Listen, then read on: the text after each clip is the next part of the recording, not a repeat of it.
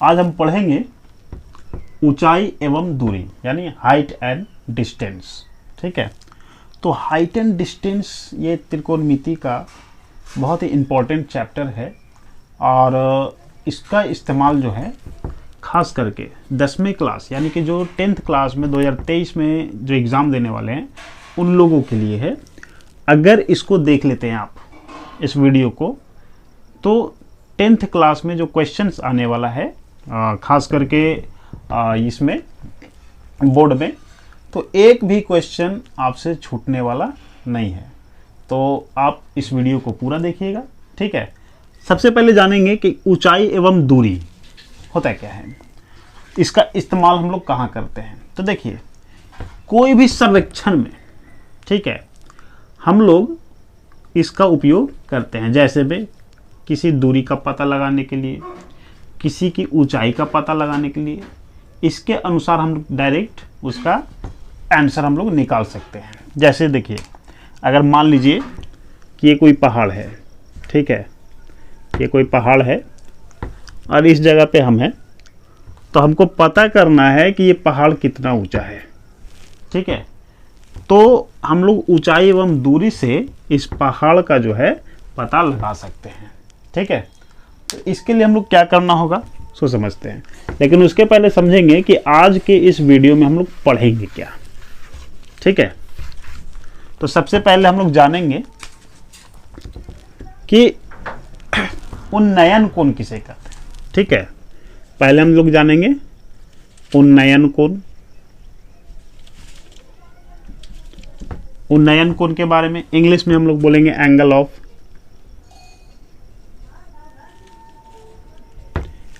Of elevation. ठीक है, angle of elevation. ठीक है, तो सबसे पहले उन्नयन कोण, उसके बाद दूसरा हम लोग जानेंगे अवनमन कोण। अवनमन कोण, ठीक है, अवनमन कोण को हम लोग बोलते हैं एंगल ऑफ डिप्रेशन।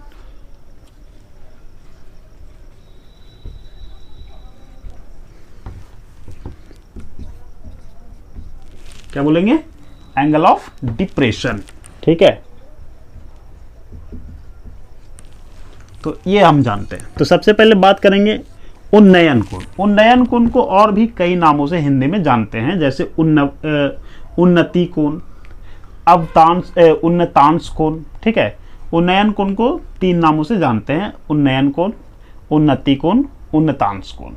ठीक है, अब बात करते हैं कि उन्नयन कोण होता क्या है। तो देखिए, अगर मान लीजिए कि यहाँ पे कोई बिल्डिंग है, ठीक है, ये आपका कोई बिल्डिंग है,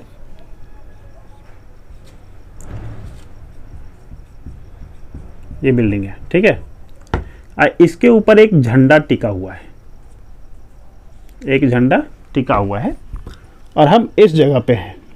ठीक है, हम इस जगह पे खड़े हैं, मान लीजिए ये है। ठीक है, तो अगर हम इसको यानी कि इस झंडे को देखते हैं, ठीक है, अगर हमें इस झंडे को हम डायरेक्ट देखते हैं तो देखेगा कौन? मेरा आंख। ठीक है, तो मेरा जब आंख इस झंडे को देखेगा, इसके छोर को देखेगा, ठीक है, इसके छोर को अगर देखता है तो होता क्या है कि मेरे आंख से इस झंडे के बीच में एक एंगल बनता है। ठीक है, इस सबसे पहले ये एंगल बनता है, इसको हम अगर सीधा खींच दें तो ये एक तरह का राइट एंगल बनेगा, जिसको समकोण त्रिभुज कहते हैं। ठीक है, तो ये नीचे जो है वो तो क्षैतिज हो जाएगा। क्या हो जाएगा? क्षैतिज।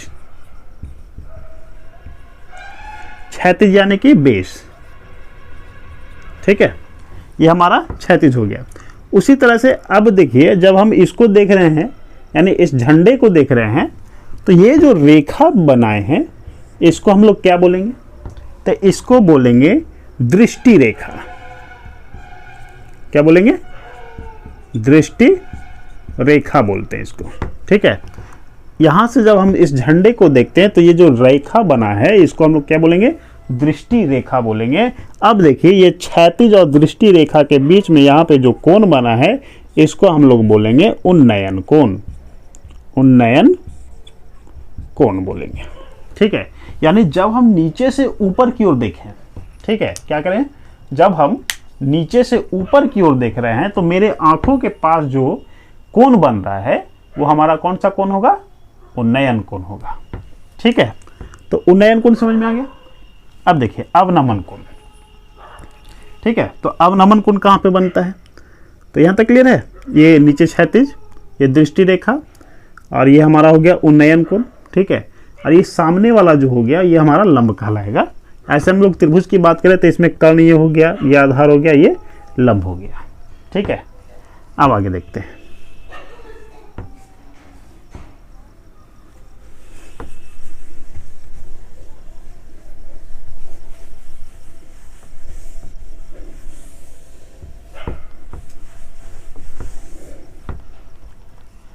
अब हम लोग बात करेंगे किसका, अवनमन कोण की, यानी कि एंगल ऑफ डिप्रेशन। ठीक है, एंगल ऑफ डिप्रेशन में क्या कहता है सो समझिए। तो देखिए, अगर हम किसी बिल्डिंग पे हैं, ठीक है, पहले कहाँ थे, तो बिल्डिंग के नीचे खड़े थे। ठीक है, कहाँ खड़े थे, बिल्डिंग के नीचे खड़े थे। ठीक है, मान लीजिए हम यहाँ पे हैं। ठीक है, इस जगह पे हम लोग खड़े हैं और हमको जो है वो क्या करना है कि यहाँ पे या इस जगह पे, ठीक है, इस जगह पे हमको कोई एक कार नजर आई।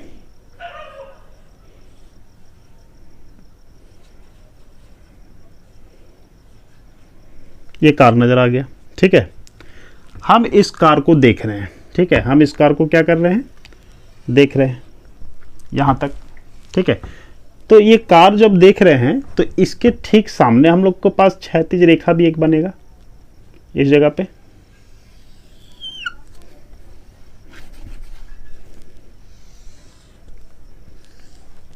ये हमारा क्षैतिज रेखा मान लीजिए बनेगा।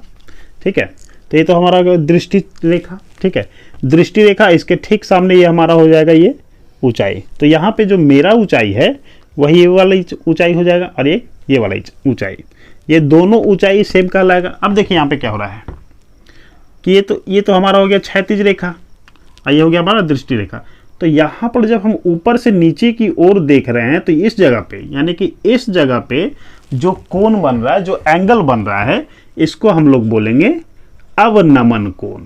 ठीक है, क्या बोलेंगे, अवनमन कोण बोलेंगे। यानी ऊपर से जब नीचे की ओर हम देख रहे हैं तो ये क्या बन रहा है, अवनमन कोण। ठीक है, इसमें राइट एंगल कहाँ पे बन रहा है, तो देखिए राइट एंगल यहाँ, यानी 90 डिग्री का कोण यहाँ पे बन रहा है। यहाँ पे 90 डिग्री का कोण बन रहा है। तो हमारा जो ये तिरछा आ रहा है लाइन, ये हमारा क्या कहलाएगा, कर्ण कहलाएगा। ऐसे तो इसको हम क्षैतिज रेखा ही बोलेंगे, लेकिन ये कर्ण कहलाएगा। इसके ठीक सामने वाली भुजा क्या कहलाएगा, लंब कहलाएगा, यानी परपेंडिकुलर कहलाएगा। आइए कर्ण को एच लिखते हैं। ठीक है, अब देखिए ऊपर में जो भाग बचा है तो ये हमारा क्या कहलाएगा, बेस कहलाएगा, यानी कि आधार। ठीक है, आधार कहलाएगा। अब देखिए अगर हम इस त्रिभुज को इस ओर पलट दें, ठीक है, इस त्रिभुज को हम इस ओर पलट देते हैं तो हमारे पास एंगल इस तरह से बनेगा। ठीक है, ये एंगल बन जाएगा। ठीक है, अब ये देखिए यहाँ पे हमारे पास जो अवनमन कोण है ये तो यहीं पे रहेगा। यहाँ पे जो कोण बना, यानी कि ये अवनमन कोण जो बना वो यहाँ पे बन जाएगा। ठीक है, आगे हम बताएंगे कब काम आएगा जो। ठीक है, तो यहाँ पे समझिए अवनमन कोण इस जगह पे, यानी ऊपर से नीचे की ओर देखते हैं। ऊपर से जब हम नीचे की ओर देखते हैं तो अवनमन कोण, और नीचे से जब ऊपर की ओर देखते हैं तब उन्नयन कोण। बात समझ में आया? नहीं, फिर से बता रहे हैं। देखिए जब नीचे से ऊपर देखें उन्नयन कोण, क्या बोलेंगे इसको इंग्लिश में, एंगल ऑफ क्या, एलिवेशन। ठीक है, उसके बाद जब ऊपर से नीचे की ओर देखें तो एंगल ऑफ डिप्रेशन। बात समझ में आ गया? क्लियर है? अब आगे चलते हैं।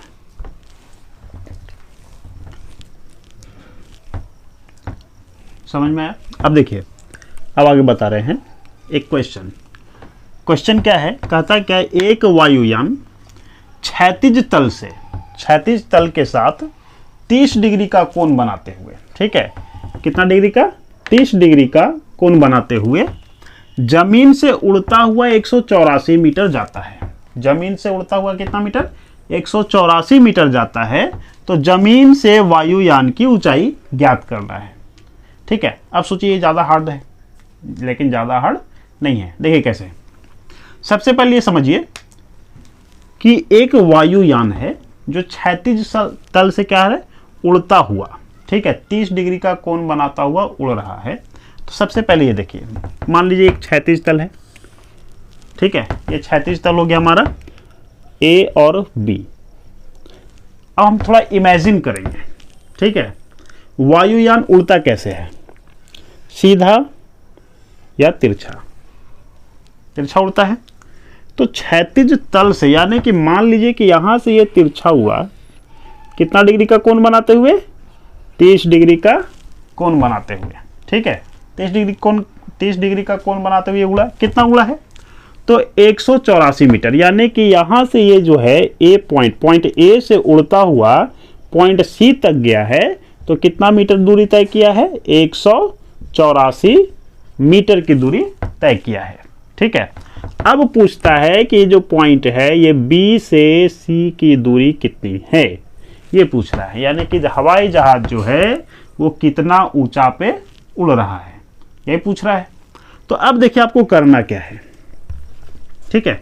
सबसे पहले तो ये समझिए कि अगर हम लोग एंगल में चलते हैं, राइट एंगल में, जो यहाँ पे 90 डिग्री का कोण बना रहा है, यानी कि समकोण त्रिभुज में चल रहे हैं, तो समकोण त्रिभुज यानी 90 डिग्री के ठीक सामने वाली भुजा हमारा क्या कहलाता है, कर्ण कहलाता है, जिसको हम लोग किससे सूचित करते हैं, एच से सूचित करते हैं, ठीक है, कर्ण है, एच से सूचित करते हैं। अब देखिए हमारे पास थीटा का मान भी दे रखा है 30 डिग्री, हमको निकालना क्या है, तो इसका मान निकालना है। तो देखिए थीटा के ठीक सामने वाली भुजा क्या कहलाएगा, लंब कहलाएगा, परपेंडिकुलर कहलाता है, ठीक है। अब देखिए इसमें करना क्या है, तो थीटा के ठीक सामने वाली भुजा लंब को हमको निकालना है, ज्ञात करना है। तो यहाँ पे क्या करेंगे, तो देखिए एक टेबल है कि टेबल क्या, यहाँ पे ये समझिए कि P यानी लंब बटा कर्ण, लंब बटा कर्ण किसका होता है, ये आधार से हमको मतलब नहीं, क्योंकि आधार नहीं पूछा है, ठीक है। तो लंब बटा कर्ण किसका होता है, साइन का। तो यहाँ लिखेंगे क्या, साइन ए बराबर क्या हो जाएगा, लंब, लिख लेते हैं लंब बटा कर्ण, ठीक है। साइन का साइन लिख देते हैं। देखिए ए के जगह पे कितना डिग्री का कोण बना रहा है, 30 डिग्री का, तो यहाँ लिख देंगे 30 डिग्री का। लंब, लंब हमारा क्या है, BC है, तो यहाँ लिख देते हैं BC। और कर्ण हमारा क्या है, AC है, तो यहाँ क्या लिख देंगे, AC लिख देते हैं, ठीक है। तो साइन 30 डिग्री का मान, ठीक है, आपको क्या निकालना, टेबल याद रखना होगा। साइन 30 डिग्री का मान जो है वो क्या होता है हमारा 1/2। अगर टेबल नहीं याद है तो टेबल का वीडियो बना हुआ है, जाकर के देख लीजिएगा, डिस्क्रिप्शन में उसका लिंक डाला हुआ है, ठीक है। तो साइन 30 डिग्री का मान 1/2, ठीक है। BC, अब देखिए यहाँ पे BC का मान तो हमारे पास दिया नहीं है, तो BC का मान हम क्या करेंगे, BC ही लिखेंगे, ठीक है। अब AC हमारा कितना दिया हुआ है, यानी हवाई जहाज कितना दूरी तय किया, 184 मीटर। यहाँ पे AC के जगह पे लिखेंगे 184 मीटर, ठीक है। अब इसको हम क्या करेंगे, क्रॉस मल्टीप्लाई कर देंगे, ठीक है। क्या करेंगे, क्रॉस मल्टीप्लाई करेंगे, तो क्या आ जाएगा, तो अगर 184 को हम 1 से गुना करेंगे तो क्या हो जाएगा, 184 मीटर, ठीक है, इक्वल 2 गुने BC हो जाएगा, ठीक है। अब 2 को तो BC में गुना कर नहीं कर सकते, तो 2 को हम बराबर के इस साइड यानी कि RHS से LHS में लेके आते हैं। तो यहाँ हो जाएगा 184 मीटर बटा 2 इक्वल टू BC, ठीक है। 2 से 184 कट जाएगा, कितना बार में, 92, ठीक है, 92 बार में कटेगा। यानी कि हमारे पास BC जो है वो क्या हो जाएगा, 92 मीटर आ जाएगा, ये हमारा आंसर। तो हम लिख सकते हैं कि अतः हवाई जहाज की ऊंचाई 92 मीटर है। ये बन जाएगा हमारा, आसान था। ठीक है, चलिए एक और नेक्स्ट क्वेश्चन की ओर चलते हैं। क्वेश्चन है कि एक मीनार के आधार से 30 मीटर की दूरी पर स्थित भूमि के, ठीक है, एक मीनार के आधार से 30 मीटर की दूरी पर स्थित भूमि के एक बिंदु से मीनार की एक चोटी का उन्नयन कोण 30 डिग्री है, मीनार की ऊंचाई ज्ञात करें। कहने का मतलब क्या हुआ कि कोई एक मीनार है, ठीक है, मीनार कहने का मतलब एक बड़ा सा खंबा या तो फिर यूँ माने कि कोई मकान है या तो बिल्डिंग है, ठीक है, तो कोई एक मीनार है, ठीक है। तो यहाँ कहता है मान लेते हैं कि यहाँ पे एक मीनार है, ठीक है, इसका नाम दे देते ए और बी। तो एक मीनार है और आधार से, देखिए ये इसका आधार है, आधार से क्या कर रहा है 30 मीटर की दूरी पर स्थित, ठीक है। तो आधार से मान लेते हैं कि ये 30 मीटर की दूरी यहाँ पे आ रहा है सी, ठीक है, दूरी 30 मीटर की दूरी पर स्थित भूमि के एक बिंदु से, ठीक है, यहाँ पे सी एक बिंदु है, भूमि का एक बिंदु है सी। फिर क्या कहता है मीनार की एक चोटी का, अब मीनार का एक चोटी यहाँ पे मान लेते हैं, ये मीनार की चोटी है, ठीक है। तो यहाँ से जब मीनार को देखते हैं तो क्या हो रहा है, इसका दृष्टि रेखा इस तरह से बन रहा है, ठीक है, ये दृष्टि रेखा बना। अब दृष्टि रेखा जो है और इसका जो क्षैतिज तल है, ये दोनों के बीच की दूरी, यानी कि इस दोनों के बीच में जो एंगल बन रहा है वो कितना डिग्री का बन रहा है, 30 डिग्री का बन रहा है, ठीक है। वही कह रहा है उन्नयन कोण। तो उन्नयन कोण क्या बनेगा, नीचे से ऊपर, जो नीचे से ऊपर की ओर देख रहे हैं, ठीक है। तो जब नीचे से ऊपर की ओर देखेंगे तो यहाँ पे क्या बनेगा, उन्नयन कोण। अगर ऊपर से नीचे की ओर देखते तब अवनमन कोण। तो यहाँ पे देखिए ये उन्नयन कोण बन रहा है। अब क्या कहता है कि मीनार की ऊंचाई ज्ञात करें। चूंकि हमारे पास क्षैतिज तल यानी कि बेस जो है वो दिया हुआ है 30 मीटर, ठीक है, और हमें ज्ञात क्या करना है, तो हमें ज्ञात करना है लंब, ठीक है, परपेंडिकुलर ज्ञात करना है। अब देखिए यहाँ पे तो लंब ज्ञात करना है, तो यहाँ पे समझिए कि लंब बटा आधार, लंब बटे का आधार किसका फॉर्मूला होता है, तो लंब बटा आधार किसका होता है, tan का। तो यहाँ पे लिख सकते हैं tan, यहाँ पे c है तो c लिखेंगे क्योंकि थीटा जो है यानी कि एंगल जो बन रहा है c पर बन रहा है, इसलिए यहाँ पे लिख रहे हैं c। तो tan c बराबर यहाँ पे क्या फॉर्मूला होता है हमारे पास, लंब बटा आधार, ठीक है। कॉट भी लगा सकते हैं, हम पहले tan का बता रहे हैं उसके बाद कॉट का भी बता देंगे, ठीक है। तो tan c लंब बटा आधार, tan का tan हो जाएगा, c के पास कितना डिग्री का कोण बन रहा है, 30 डिग्री का, तो यहाँ लिखेंगे 30 डिग्री, ठीक है। लंब का मान हमारे पास दिया हुआ है, नहीं दिया है, तो लंब को हम लोग लिख सकते हैं AB का AB, और आधार का मान क्या दिया हुआ है, तो BC है, तो यहाँ लिख सकते हैं BC, ठीक है, आधार जो है BC मानते हैं। अब देखिए tan 30 डिग्री का मान क्या होता है,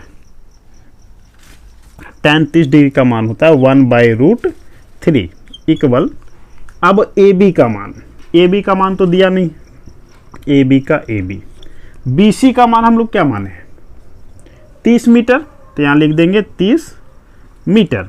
अब देखिए यहाँ पे 30 मीटर जब आ रहा है तो इसको हम क्या करेंगे, क्रॉस मल्टीप्लाई करेंगे, तो ये इसके पास आएगा और ये इसके पास, यानी कि 30 मीटर गुने का 1 और यहाँ हो जाएगा √3 गुने का AB, ठीक है। तो ये बन रहा है। अब देखिए